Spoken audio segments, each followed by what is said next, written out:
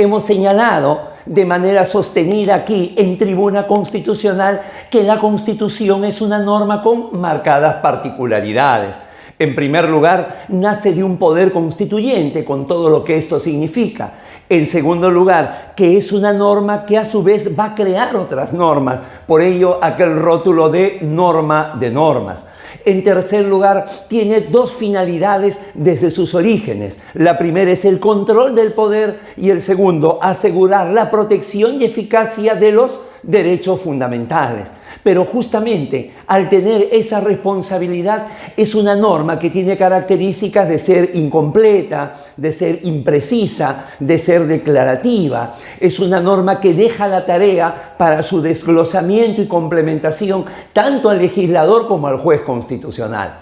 Sin embargo, dentro de su literalidad normativa, a su vez está formada por reglas y por principios. Y como sabemos, las reglas siguen normalmente la interpretación jurídica tradicional, mientras que los principios sí requieren una interpretación constitucional muy particular. Sin embargo, como se trata de la Constitución, surge una problemática.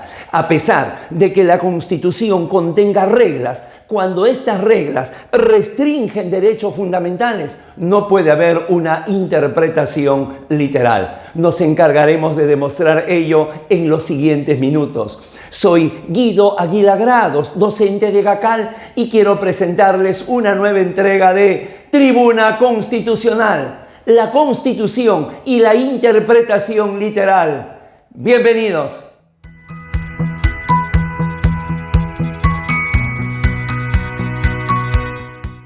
Vamos a señalar tres momentos específicos en el texto de la Constitución peruana para demostrar esta problemática que se da entre la Constitución y la interpretación de la restricción de derechos fundamentales. Número 1. Cuando se da dentro de un contexto de temporalidad o, si se quiere, un determinado contexto histórico que efectivamente no se condice luego con el momento de interpretación. Así tenemos que el artículo 137 de la Constitución contiene el denominado régimen de excepción, que a su vez se va a desdoblar en el estado de emergencia y el estado de sitio, donde literalmente se señala que pueden suspenderse o restringirse el ejercicio de derechos fundamentales. Restringirse sí, pero suspenderse jamás. Si son derechos que tenemos inherentes, no pueden ser suspendidos.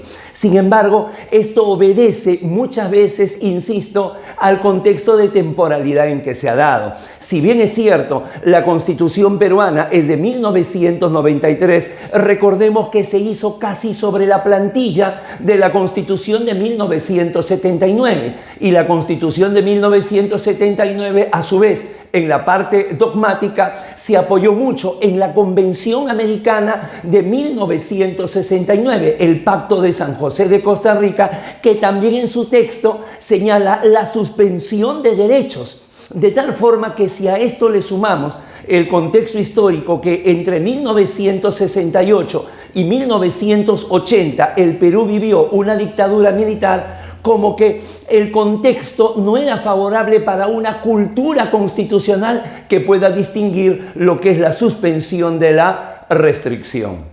Número 2, otra problemática puede darse por una tradición jurídica importada. Esto es lo que podemos apreciar en el artículo 181 del texto constitucional peruano sobre las resoluciones del Pleno del Jurado Nacional de Elecciones, donde textualmente se dice que no son revisables las resoluciones del Pleno del Jurado Nacional de Elecciones, ni tampoco procede contra ella recurso alguno. Si esto nosotros lo interpretamos de manera literal, caeríamos en el extravío de que existen zonas exentas de control de constitucionalidad. Y alguien podría decir, si no se pueden controlar actos administrativos de un ente de justicia administrativa, con menor razón se puede hacer contra resoluciones jurisdiccionales, con lo cual prácticamente se envilecería la figura del amparo. Lo que pasa es que ha habido una tradición jurídica donde se consideraba que todo lo referente a la normatividad electoral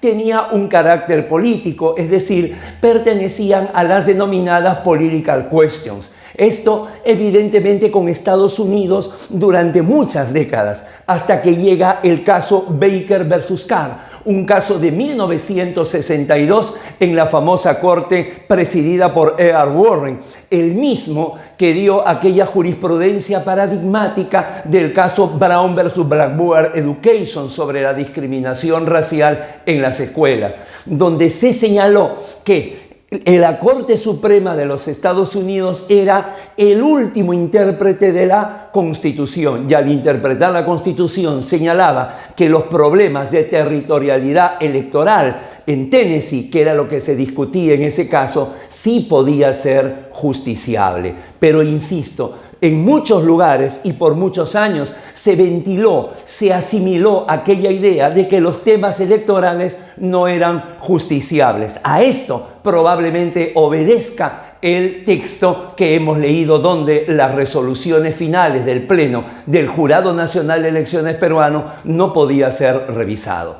¿no? Y un tercer momento lo constituye muchas veces la redacción asistemática que se tiene. Esto lo podemos encontrar en el artículo 200, inciso 2 de la Constitución, donde habla del proceso de amparo y donde señala en el segundo párrafo que la acción de amparo no procede contra normas legales. Algo que no se comprende porque en el primer párrafo señala que el amparo procede por la vulneración de derechos fundamentales de cualquier autoridad o persona. Cuando señala cualquier autoridad, se sobreentiende que está el legislador. Sin embargo, luego lo prohíbe. Por ello, el Tribunal Constitucional peruano se ha encargado de interpretar este artículo señalando que cuando dice que no procede el amparo contra normas legales, no se trata de una prohibición, sino se trata de una limitación. Lo que quiso decir el constituyente era que no procedía el amparo contra normas legales en abstracto, porque para ello se tiene el proceso de inconstitucionalidad. Pero si se encuentra una ley autoaplicativa que afecta de manera directa un derecho fundamental, por supuesto que se da la procedencia. Con todo esto, creo que ya podemos arribar a una conclusión. Número 1. La Constitución, por su naturaleza particular que tiene, contiene reglas y principios. Y número 2. Cuando se trata de reglas, estas nunca pueden ser interpretadas de manera literal, tratándose de restricción de derechos fundamentales. Las razones: número 1, la propia naturaleza de la Constitución, destinada a controlar el poder y más bien a proteger y lograr la eficacia de los derechos fundamentales. Número 2, por el principio derecho de dignidad humana, que está contenida en la norma de apertura de la Constitución, en el artículo 1. Y tercero, por el principio que ilumina los 206 artículos del texto constitucional peruano, el principio pro homine. Estoy seguro que les puede ser de utilidad. Suscríbase a Tribuna Constitucional, venga y forme parte de esta familia académico-jurídica. La ampliación de esta y otras temáticas relacionadas al derecho constitucional las encuentra en los diversos cursos y asesorías personalizadas que brinda EGACAL Escuela de Derecho. Han sido muy amables, muchísimas gracias. Hasta mañana.